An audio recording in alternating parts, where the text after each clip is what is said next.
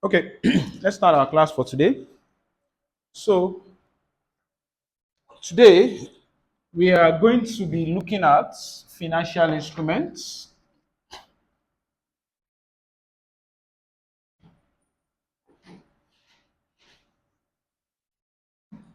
Today we are going to be looking at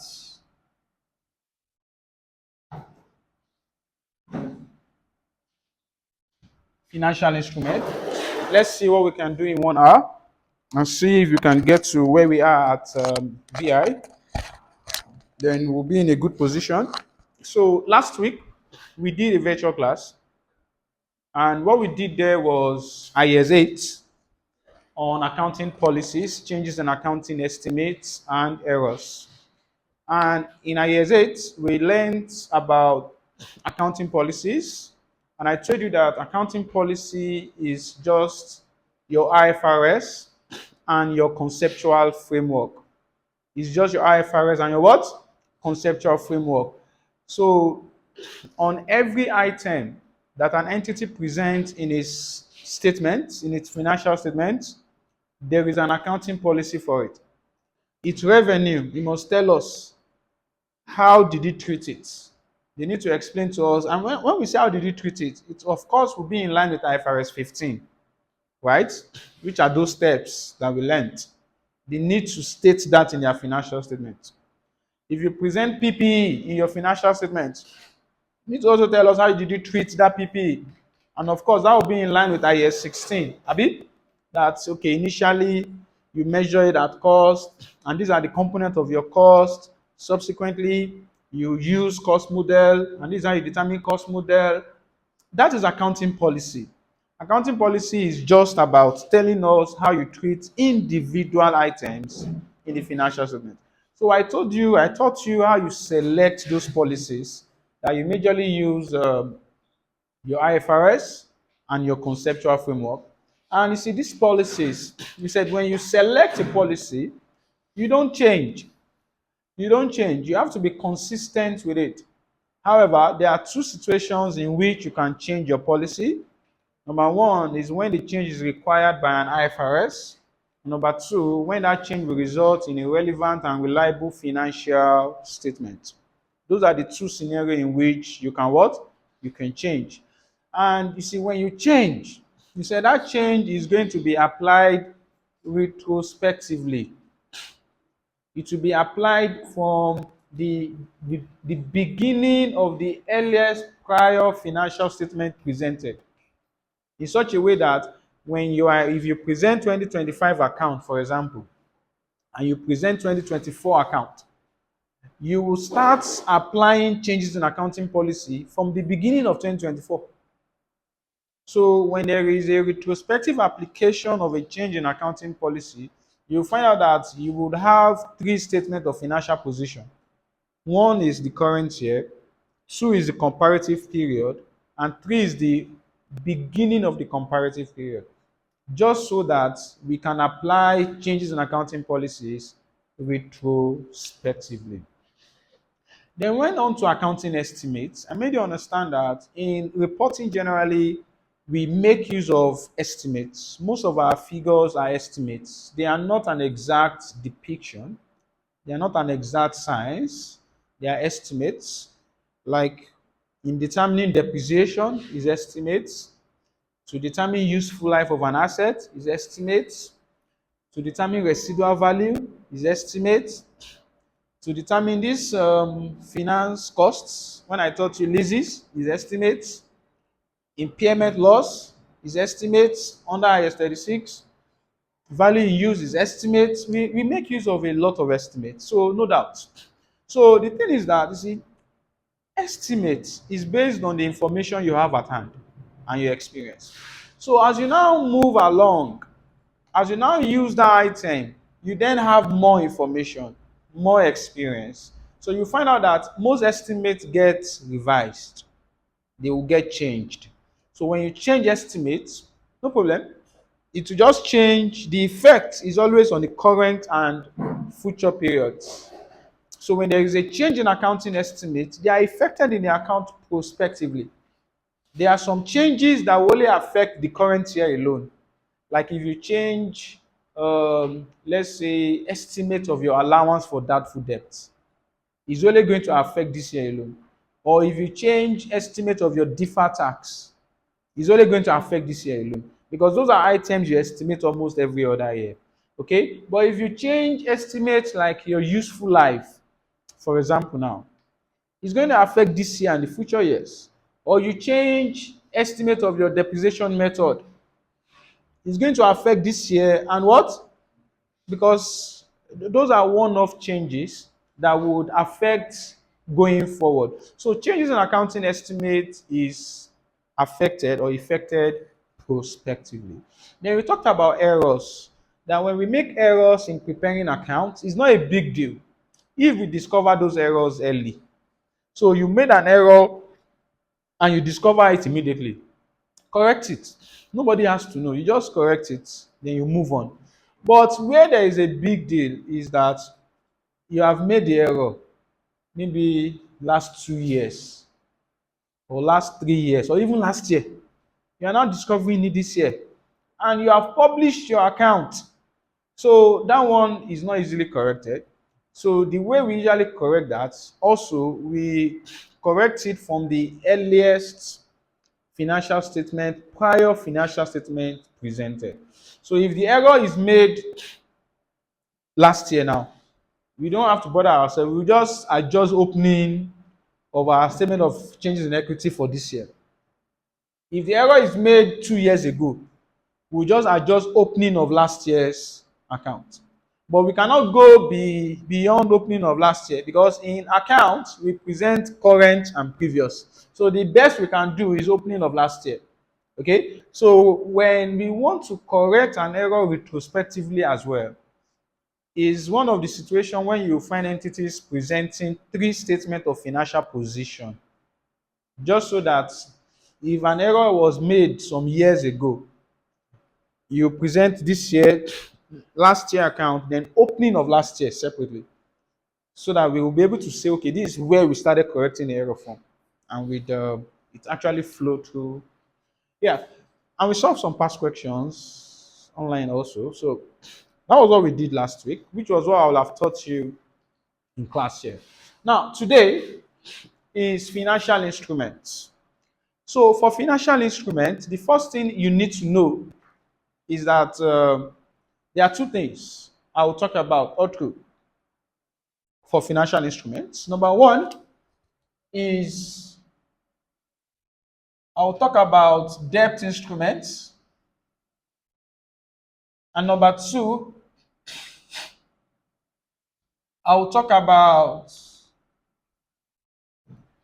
equity instruments. So these are the two items or instruments that we use to teach you financial instruments. They are more than this. They are much more, because we have items like derivatives, okay, um, and some other instruments that are outside the scope of what we're going to be teaching in this class. But we would focus on debt and what? Equity instruments. You see, when it comes to debt instruments, is just a tool that companies use to raise money, right? Whether debt or equity, they use it to raise money. So if I want investor in my company now, I will use debt. And the meaning is that please borrow me money, right? So if somebody is now interested, he gives you the money. You collect and move on, right? Of course, you pay back. But for equity, you use it to raise money too. But the ideology there is that please invest in my company, be my partner, be a shareholder in my company, right? So if the guy gives you money, the guy also is now a partner in your company, is a shareholder in your company, right? So majorly that's what we want to look at today. How do you account for those type of arrangements when somebody borrows money, right? And so when somebody gets investors using equity. So to do that, we are going to be using two standards majorly. I'll be teaching you this with IAS 32. And IAS 32 deals with financial instruments presentation.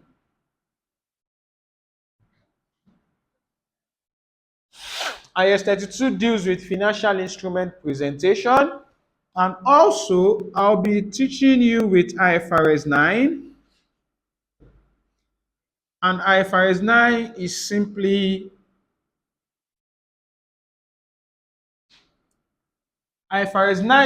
financial instruments. That's IFRS 9. So these two standards, I'll be using them to teach you financial instruments. So for IS 32, what I'll teach you in IS 32, the very first is it will help us with definitions of key terms that are very germane and important for us. Number two, it will help us with presentation and classification of items as debt or equity. So IS 32 will teach us when you have an instrument, is it a debt instrument or an equity instrument? And of course, we'll use it to discuss compound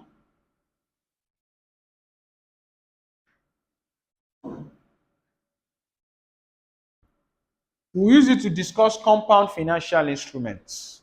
So these three we would cover. For IFRS 9, we'll use IFRS 9 to learn about how do you recognize and derecognize financial instruments. So we'll learn about recognition and derecognition. We'll use IFRS 9 to learn about classification of financial instruments. And also we'll use IFRS 9 to learn about measurement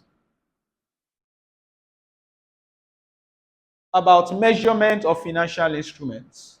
So these three items we would learn with IFRS 9. So this is what we want to cover. We can't finish it today, we'll finish it next week. So now let's start with this. Definitions in line with IS 32.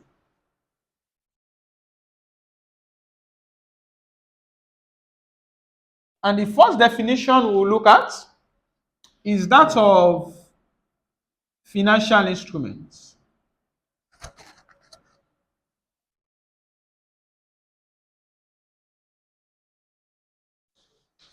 Financial instrument. And IS 32 says that financial instruments is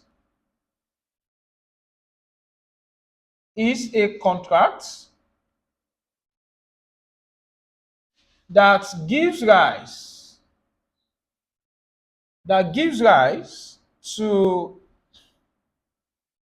financial assets of one entity and financial liability or equity instrument of another entity. It says that financial instrument is a contract that gives rise to financial assets of one entity and financial liability or equity instrument of another entity.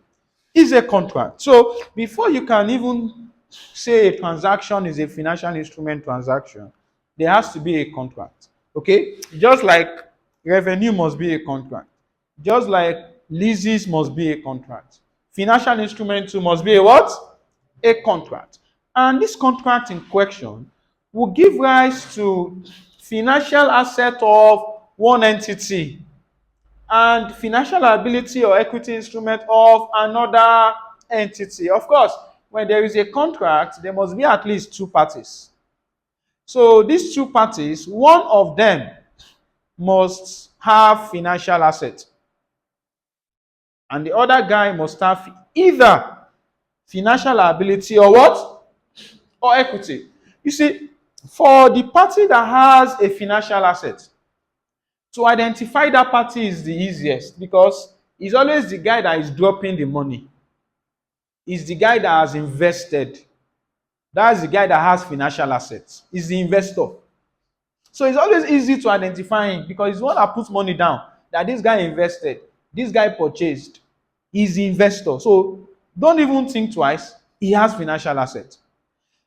You see, this other person, this one, he can either have financial liability or equity. The reason is that it depends on how he has decided to raise the money. If he has decided to borrow money, he has what? But if he has decided to say, come and become shareholder in my company, he has what? So it is those people in their account. Almost all companies have share capital on their account. That's equity. That means they must have raised money. Okay, it's either they are the one that brought the money themselves, or other people came and gave them money that want to invest in your company in their share capital. So that's equity. So to identify all of this is not difficult, but for us to call it a financial instrument contract, those two parties must exist. They must exist. Otherwise, it's not a financial instrument contract. There must be somebody that has a financial asset, and there must be another person that has either financial liability or equity. It's very important. It must be complete. Then, IS 32 says that a financial asset is any asset that is cash. Financial asset is any asset that is cash. 2, equity instruments. Equity instrument of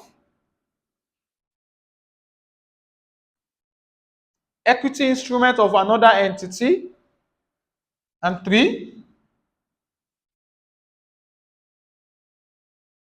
contractual right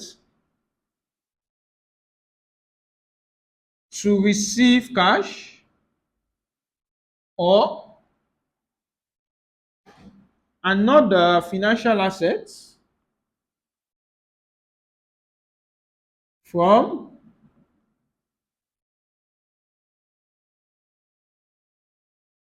another entity. So, financial asset is any asset that is cash, equity instrument of another entity, contractual right to receive cash, or another financial asset,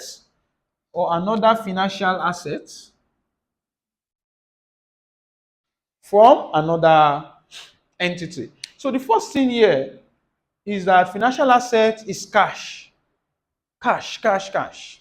So whether the cash you have in your hand or the cash you have in your bank or highly short-term investments like your demand deposit and treasury bills, they are cash and they are financial asset.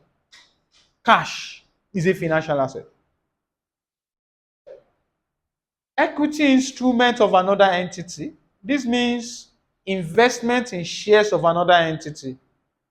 Don't forget, financial assets gives rise to an investor. Abi? So when you invest in the shares of another company, you have a financial asset. Like banks are selling their shares now. If you have happened to buy some of those shares, it's a financial asset in your books. And thirdly, is a contractual right to receive what? Cash. I'll stop here. I won't go further. Understand this first. Contractual right to receive what? Cash. You see, what can give you contractual right to receive cash is investment in debt instrument. When you lend somebody money, It gives you right to receive what? Cash. And when we say contractual right to receive cash, it means you don't even have to lift a finger before you receive the cash. It's your right. And it's a contractual right. The person must pay you that cash at specific date. Because of course, you have done some things in the past that is giving rise to that right. It's a contractual right to receive what? Cash. That is why items like PPE, maybe you have a factory and you have an heavy plant that you are using to manufacture a product, right? That cannot be a financial asset. That plant cannot be, because assets like that, they don't give right to receive cash. What they give is an opportunity to generate cash, in the sense that you need to enhance them, you need to work on them, you need to make efforts to generate what? Cash. But financial asset, nothing. You do nothing. You just be receiving a lot. That is a contractual right to receive what? Anything that gives you that is a financial what? Asset. Is a financial asset. So items like, let's say, prepayment. Maybe you prepaid rent, for example now. It is not a financial asset. Do you know why? It only gives you a contractual right to receive service or goods, not a contractual right to receive what? Cash. Please understand it to this point. Though the definition continues, but I will not really focus more on these other parts.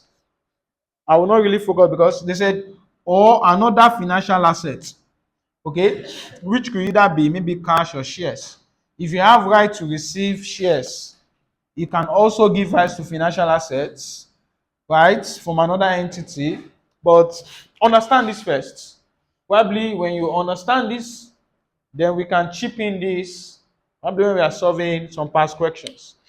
Okay, contractual right to receive cash. So when we talk about financial assets, all through this class, it's three things. One is cash, two is investment in shares. Investment in what? Shares. And three is investment in debt. Three is investment in what? Debt. That is financial asset.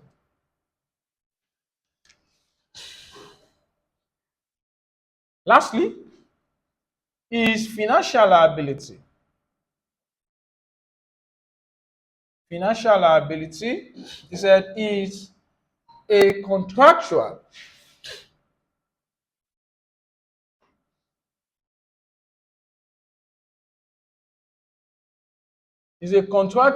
obligation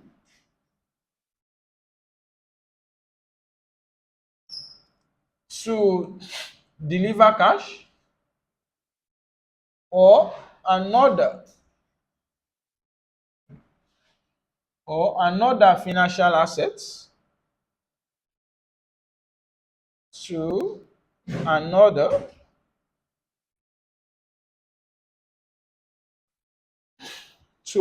entity. Financial liability is a contractual obligation to deliver cash or another financial asset to another entity. So, obligation, I'll stop here again with this one too. Financial liability is contractual obligation to deliver what? Cash. So, if you have a contract liability, is there anybody here that remembers what a contract liability is? A contract liability. Anybody? Anybody? Contract liability. Let me remind you.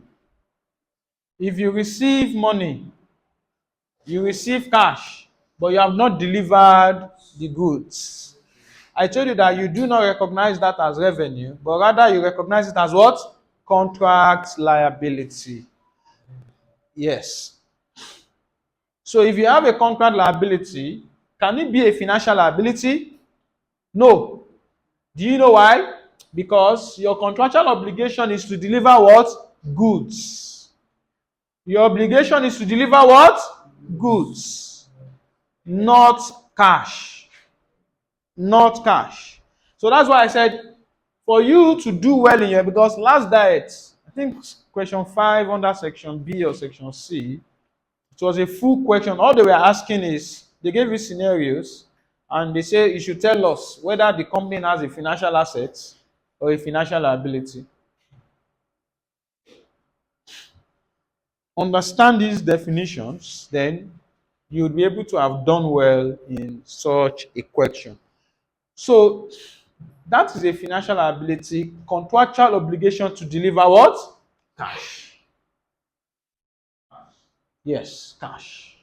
Cash. It has to be cash. If it's something else, it is not a financial liability. I mean, we need to practice this. Let's open our handouts. Let's open our handouts. There is the first question there in that page.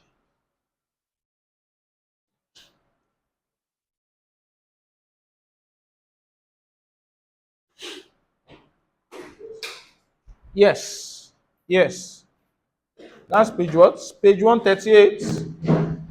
Page 138. Are you all there? Okay. Who is reading? Take. The following relates to Networth PLC for the year ended at 1st December 2021. A. Networth owned cash of 5,000 naira. B. Networth owns a demand deposit of 1 million naira with First Bank. C. Networth statements of financial position include 2.5 million naira 2.5 million shares of Google Incorporation. D. Networth statements of financial position include inventory of 56,000 naira. E. Networth sold goods amounting to 55,000 naira to Lai Limited on credit. F. On December 2021, Networth received an advance payment of 250,000 naira from one of its customers, Muri Limited, to deliver goods in January 2022. G. Networth statement of financial position include a current tax liability of 5,000 naira as well as a deferred tax liability of 6,500 naira. H. Networth purchased a Bitcoin of 5.5 million naira. Required. Determine whether the item above are financial asset or financial liability, and also state whether the financial instrument exists as at 31st December 2021. Okay, so this was how they asked it last night. So the examiner wants us to state whether Networth has a financial asset or a financial liability, and they also want us to state whether a financial instrument contract exists. That last part, where they say that you should identify whether a financial instrument contract exists, for a financial instrument contract to exist, the two sides must be present. One party must have financial asset, another party must have either financial liability or what? Equity. So the first one, which was the first transaction, they said Networth owns cash of how much? 5,000. So what does Networth has? Financial asset or financial liability? Financial asset. Because financial asset is what? It's cash. So you don't have to think too much about that. So Networth has financial asset. But here now, is there a financial instrument contract here? No, because there is no other party. Now we know the person that has financial asset. Is there anybody that has equity or liability? No. So there is no financial instrument contract here. What's the next transaction? Networth own a demand deposit of 1 million naira with First Bank. He owns a demand deposit of 1 million naira with First Bank. Do you know what a demand deposit is? It's like maybe you have money in your savings account. You told them, please let me keep this 15 million. I don't want to touch it for 3 months. Let me keep it. Just like a fixed deposit. So demand deposit is a short-term investment, right? So with First Bank. So Is that a financial asset or liability? It's a financial asset because he has a contractual right to receive what? Cash. Now, is there another party that has a liability or equity? Yes. First Bank. So the two side is complete. So there's a financial instrument what? There's a financial instrument contract here. The third one, Net worth statement of financial position include 2.5 million naira shares of Google Incorporation. so network bought shares in Google. Is that a financial asset or liability? Why? He has equity instrument of another entity. He has invested in the shares of Google. Now, Google, what does Google have? Again, again, his equity instruments. His equity instruments. I've told you now, when I was defining this to you, that the party, me, I have financial asset, no doubt, because I was the one that gave money, I invested. The other party, the way you will know whether it's liability or equity, is for you to know how did he raise the money. If he borrowed money, it's liability. If he says, come and become a shareholder in my company, it's equity. Now, Google, what Google is doing is that, come and become shareholder in my company. So Google doesn't have liability. He has a what? Equity. So in his book, he will put it share capital. That's share capital in Google's book. Right? So don't make that mistake. It's extremely important you don't make that mistake in the exam. You need to know when the receiver of the money, the person raising money, when he has a liability and when he has an equity. Google here has equity because he has issued shares. Okay? So again, the two sides are complete. So we have a financial instrument contract. What's the next one?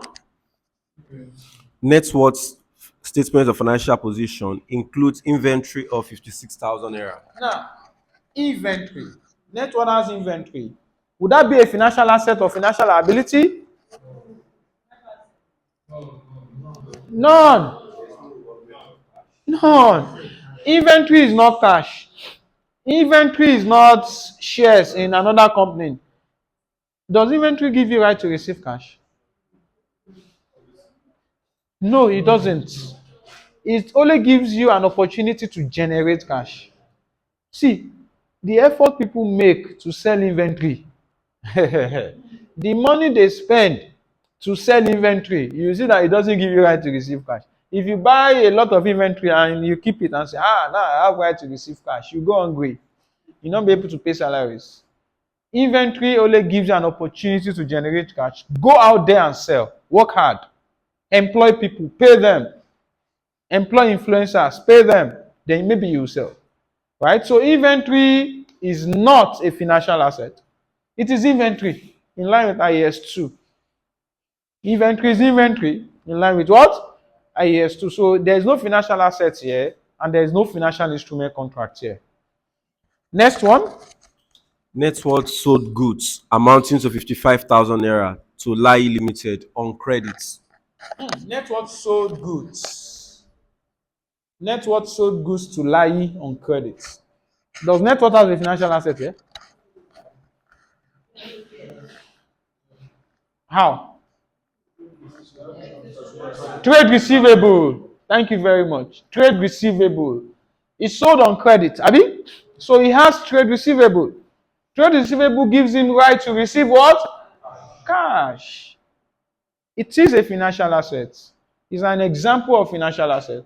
Lai has a contractual obligation to deliver what? Cash. Lai has a trade payables, which is a financial liability. He has an obligation to deliver cash. It's a financial liability. So the two sides are complete. There is a financial instrument, what? Contract. And net worth has a financial asset. Next one. On December 2021, Net worth received an advance payment of 250,000 naira from one of its customers, Muri Limited, to deliver goods in January 2022. So net worth has he received money in advance to deliver goods. Abi, that's similar to contract liability now. Abi, so is that a financial liability or asset? Is it financial liability or asset? Is none. Is none. It's not a financial liability. And I've told you contract liability is not a financial liability. Because for it to be a financial liability, there must be an obligation to deliver cash. The obligation this net worth has here is to deliver what? Goods. Okay? So there is no financial liability, and we don't have any financial instrument contract here. Next one. Net worth statement of financial position include a current tax liability of 5,000 naira, as well as a deferred tax liability of 6,500 naira. So tax liability, and current tax and deferred tax. Do we have a financial liability here? Why?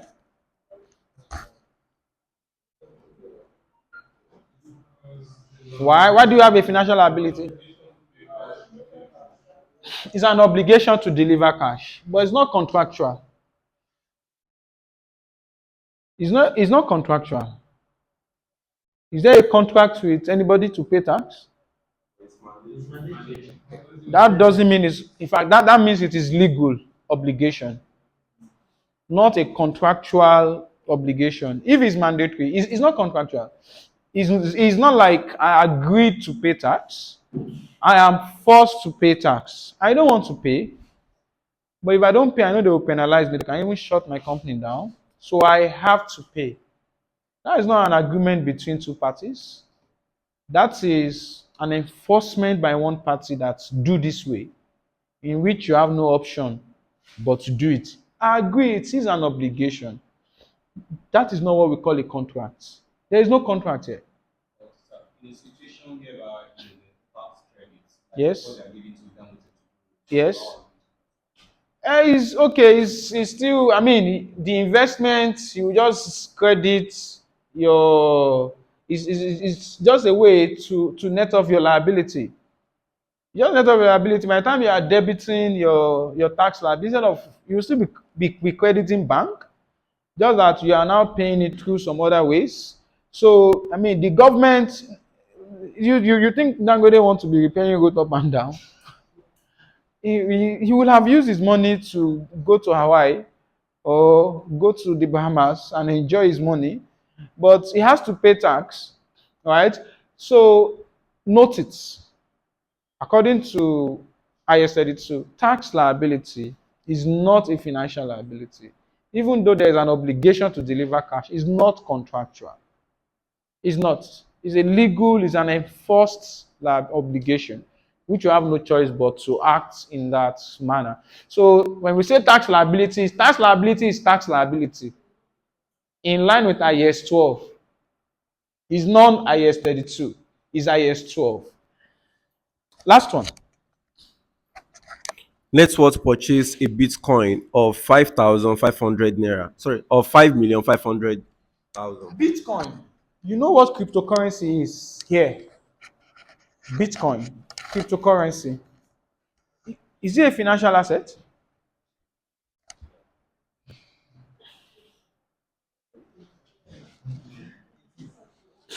It's a financial asset. So let's look at it. Where does it fall here?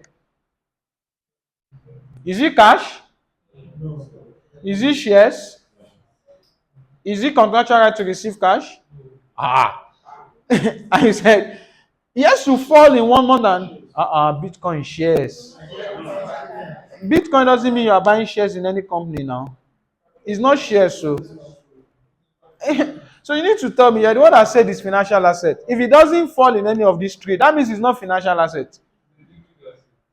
Is it what? Is that not cash? Is that not cash? That's cash now. If you say it's a short-term, highly short-term investment that you can convert to cash, you are saying it's cash. So, and I think you are nodding in agreement. So, if Bitcoin is financial asset because it's cash, then it's wrong, right? So, generally, Bitcoin is not a financial asset. Bitcoin is not cash. Okay, Bitcoin is not something you just simply convert to cash. No, you sell it. It's just when you hold it, you liquidate, you sell to another buyer, even if you see. Okay, so when you have Bitcoin, it's far from cash because according to IES 7, it says that when you have cash and cash equivalent, it says is a medium of exchange that is generally acceptable. Bitcoin is not generally acceptable, so it's not cash, right? So Bitcoin is not financial assets. In this question, we don't have any financial instrument contract here. It doesn't have a financial asset. But the question is, what asset is Bitcoin? What asset you should know? Because I've taught you almost all categories of assets. Let's start from PPE. Is Bitcoin PPE? No.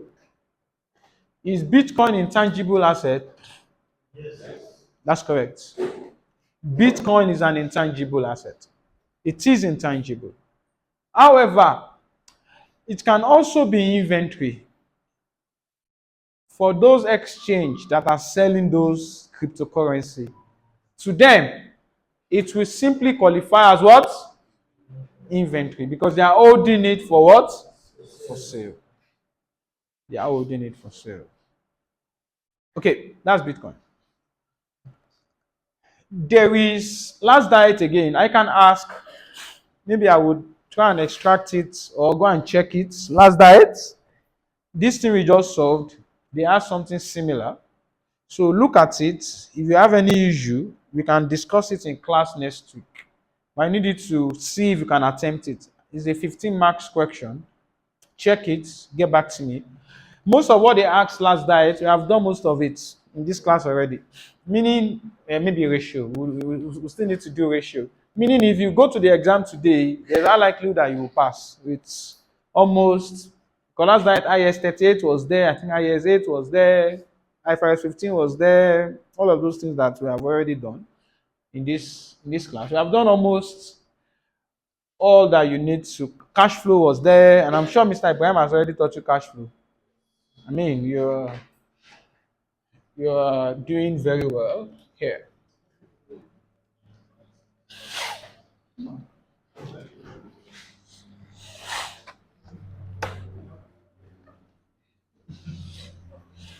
You have what? Of what? Okay. Yes, brother.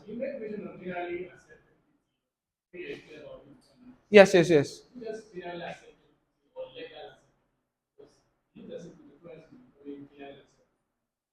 Okay. Well, I won't dispute your judgment.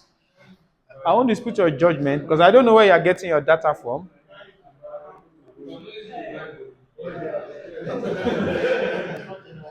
Exactly. So I don't know where, maybe you have done an empirical study that now show that Bitcoin is now being generally acceptable for, but as far as I'm concerned, in my area, it's far from generally acceptable. If you bring it to equity, I will reject it. I don't want stress. Pay me naira. Yes. So it's not really generally acceptable. Yeah, of course, it has to be a legal tender. That is, in fact, the way IS7 defined it is a medium of exchange that is generally acceptable. Okay, that is generally accepted. Everybody accepts it. Impliedly, that's a liquid tender. I mean, that's a liquid tender impliedly. Okay, now what's the time now? Okay, 20 minutes. We'll leave 7. Let's see what we can do quickly. So let me go to, I will leave IS 32 for now and go to IFRS 9. I won't teach you compound yet. Next week I'll do compound because you need some knowledge in IFRS 9 for compound. So let's go to IFRS 9 and talk about recognition of financial instruments. recognition of financial instruments. So IFRS 9 says that financial instruments are recognized when an entity becomes a party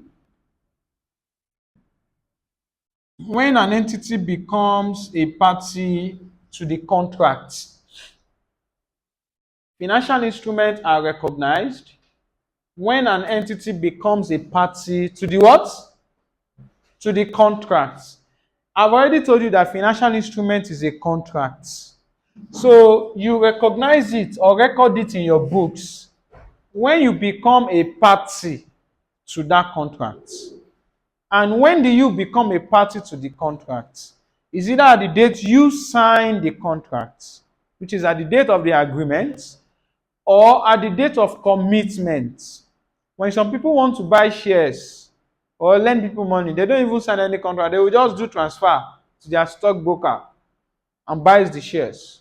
That's commitment. You recognize it in your books from that date.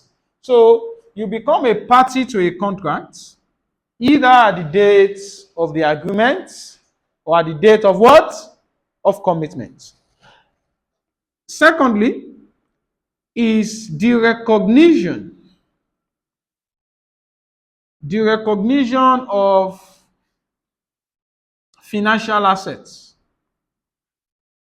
Do you know what the recognition means? Removal, exclusion of an item from the financial statement. So when do you remove financial asset from the financial statement? Very straightforward. Very, very straightforward. I've told you that financial assets are 3 items. Number 1 is cash. When can you remove cash from your books? When you have spent it. When you have spent it. For shares, when you buy shares in another company, when can you remove that one from your books? When you sell it.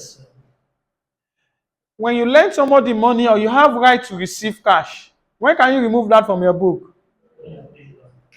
When you have received all your cash, then you remove it because you have now received all your what? So let me put it in a better perspective.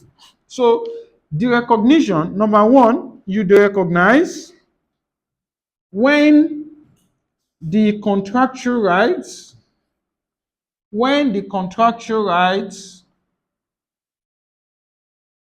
to receive cash has expired. When the contractual right to receive cash has expired, derecognize. When your contractual right to receive cash has what? Expired. Number 2 is when there is a transfer of substantial risk and reward. When there is a transfer of substantial risk and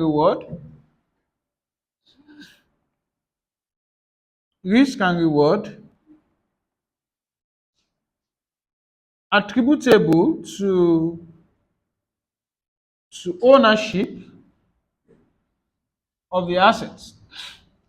So when you have transferred substantial risk and reward attributable to ownership of the asset, derecognize it. And what do we mean by transfer of substantial risk and reward? Is when you have sold it. So is when there is an unconditional sale. When there is an unconditional sale of the financial assets.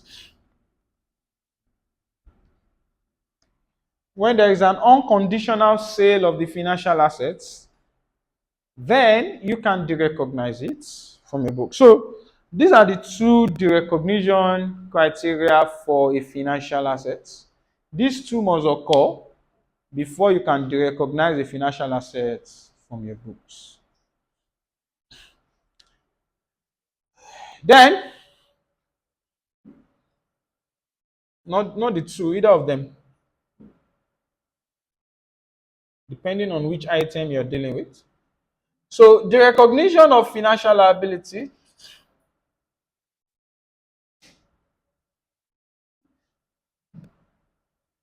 So when we said financial liability is a contractual obligation to deliver cash. So when can you derecognize financial liability? When you have paid. But the thing is this, for liability now, the person might have said, okay, don't pay again. People forgive loans now. They can even cancel it. Okay, so when you have paid, a loan will not suffice for liability. So the standard says that financial liability is derecognized when the obligation has been extinguished. When the obligation has been what? Extinguished. That is, when it has been either settled, it has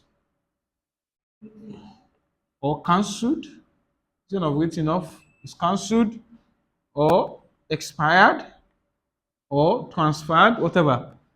So either of them, extinguished has taken care of everything.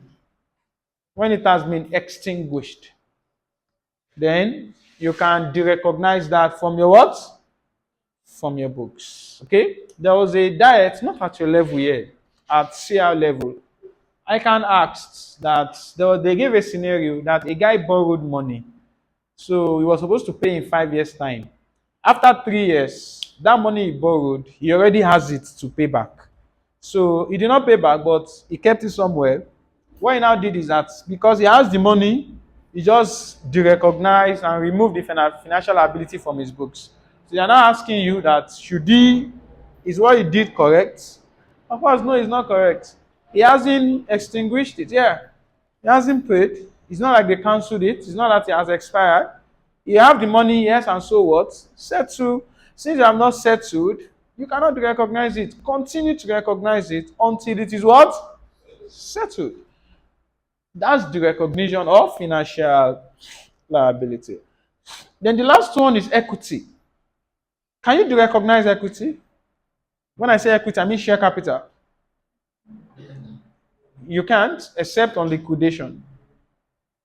You can't, except on what? Because when you recognize your share capital, there's nothing left. Okay, so this standard didn't really talk about the recognition of share capital because IS1 assumes that if one of the general features of a financial statement is going concern, so we assume that a company will continue to operate into the foreseeable future. We don't see a possibility of it liquidating. Okay, so we don't see possibility of why you want to recognize your share what? Your share capital. You need to continue to recognize it. Having said that, let me do classification and measurement together. I'll just explain this. We'll solve questions next week.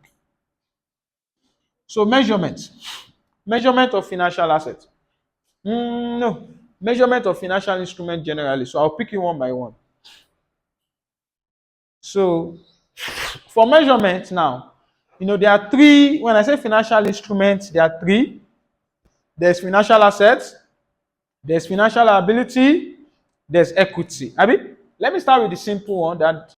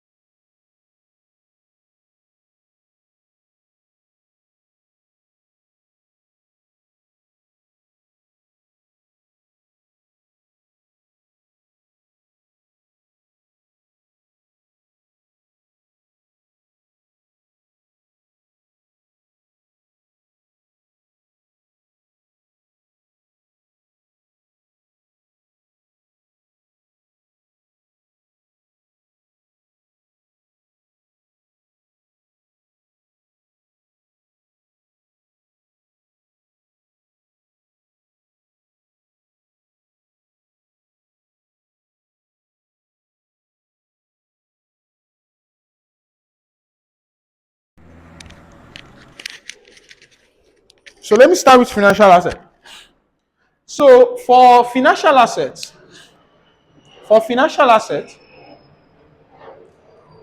how do you measure it? In fact, all, yeah, for financial assets, all financial assets, they are initially measured.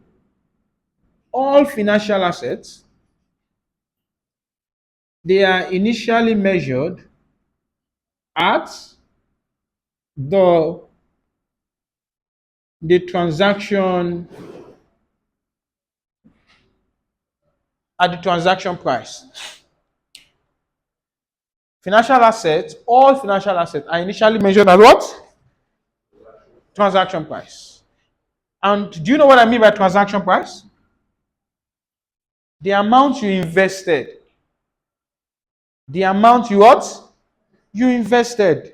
So if it is shares you bought, how much? How much did you pay? If it is you borrowed money that you lent somebody money, how much did you give to the person? It's the amount invested. That is how much you recognize as a transaction price. And that is how all financial assets are initially measured, transaction price. So when you have a financial asset, it's three. Is either it is cash. How do you measure cash? Cash. Abi? Cash is cash. There is no other way. Cash, how much you have. So that one is not a problem. The next one is equity instrument of another entity, Abi, which is investment in shares. And the third one is contractual right to receive cash, which is debt. So let me start with investment in equity, which is when you buy shares. Investment in what? When you buy shares in a company. So we have said that initially is at transaction price. It's just saying that if you bought 50,000 shares at 2 naira per share, which means you paid how much? 100,000. This 100,000 is the transaction price. That's how much you initially measure. If I may ask, what's the double entry for this 100,000? When you invested 100,000 naira. What do you debit? What do you credit? Since you are paying, you definitely credit what? And what do you debit? Not just assets, financial what?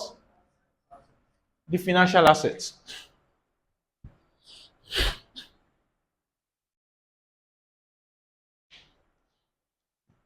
So now, for financial assets, like in this case now, where you invested in equity instruments, where you bought shares in another company, the challenge here is that financial asset is unlike PPE, that everybody knows why you have bought it.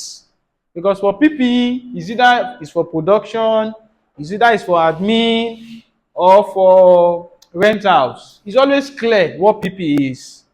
So if somebody see building, they will know that, okay, maybe they are using it. If somebody see plant and machinery, they will easily know. But when we see financial assets, we can't easily know why you have bought it unless you tell us. Because there are two reasons why you will have bought shares, right? Number one is for speculation or for trading. That you just bought it to keep your money, that when the price gets to 14 naira, 15 naira, I will sell, for speculation or for trading. While there are some people that are buying it for the long term, meaning they don't have any intention of selling. Therefore, in determining how you recognize financial assets, you need to explicitly tell us why you have bought it, and the way you do that is through what we call classification. You need to properly classify that financial asset. You need to properly classify the what? The financial assets. We must be able to classify it, because it is that will explain to any knowledgeable user why you bought it. Whether you have bought it for speculation or whether you have bought it for the long term. So there are two classifications. Number one is fair value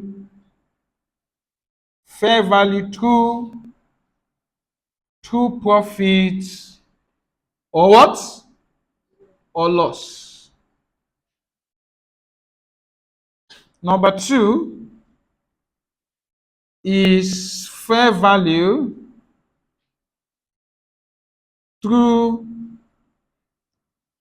other comprehensive income.